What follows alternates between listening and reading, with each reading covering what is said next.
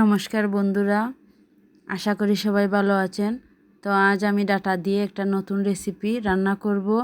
আপনারা দেখে একবার যদি বানিয়ে খান তাহলে বুঝতে পারবেন কেমন দুর্দান্ত খেতে।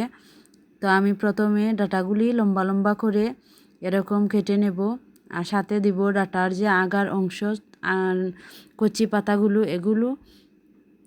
তারপর আমি মাঝারি সাইজের 2টা আলু ঠিক এরকমই আমি কেটে নেব লম্বা লম্বা করে।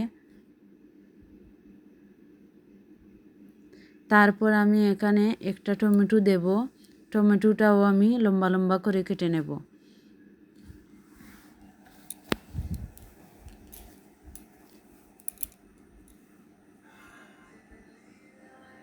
তো কেটে নিলাম আমি সবজি। এই 3টা সবজি দিয়ে আমি রান্না করব দুর্দান্ত রেসিপি।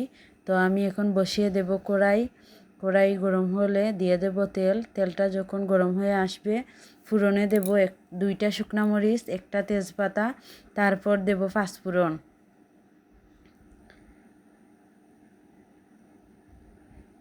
তো এই এখন একটা স্মেল চলে আসলে দিয়ে দেব ডাটাগুলি, সাথে আমি আলুগুলিও দিয়ে দেব। তো আমি এখানে টমেটো দেব না, টমেটো পরে দেব। এখন দিলে টমেটোটা গলে যাবে। তো এখন আমি এখানে মশলা দেব, হলুদের গুঁড়া পরিমাণ মতো, মরিচের গুঁড়া পরিমাণ মতো, ধনিয়া গুঁড়া পরিমাণ মতো, আর দেব অল্প পরিমাণ জিরার গুঁড়া, দিয়ে দেব স্বাদ মতো লবণ। তারপর কিছু সময় নেড়ে চেড়ে আমি 5 মিনিটের মতো ঢাকনা দিয়ে ঢেকে দেব।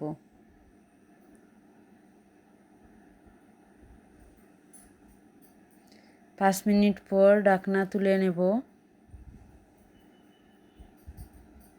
আবার কিছু সময় নেড়ে চেড়ে আরও 5 মিনিটের জন্য ঢাকনা দিয়ে ঢেকে দেব, যাতে সবজিটা সুন্দরভাবে মজে। তা আমি ঢাকনা তুলে নিলাম 5 মিনিট পর। এখন আমি দিয়ে দেব টমেটোটা দিয়ে আবার কিছু সময় ভালো করে কষাবো।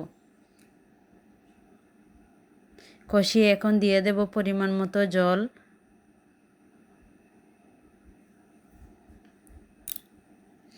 জলটা দিয়ে তারপর হাই আঁচে গ্যাসটা রেখে আবার প্রায় 5 মিনিটের মতো ঢাকনা দিয়ে ঢেকে দেব।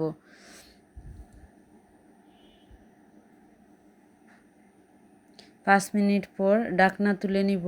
খুব সুন্দর জলটা জাল হচ্ছে।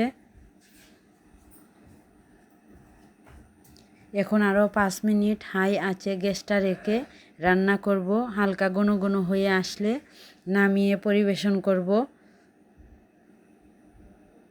তো এটা খেতে খুবই দুর্দান্ত। আমি তো একবার বানিয়ে খেয়েছি, খুবই টেস্টি হয়েছে। আপনারা একবার বানিয়ে খাবেন। তো খুবই অল্প উপকরণে এটা রান্না হয়, বেশি কিছুই লাগে না। তো একবার আপনারা রান্না করে খাবেন, আর কমেন্টে বলবেন কীরকম হয়েছে। লাইক সাবস্ক্রাইব করে পাশে থাকবেন আশা করি। ধন্যবাদ সবাইকে, সবার জন্য শুভকামনা।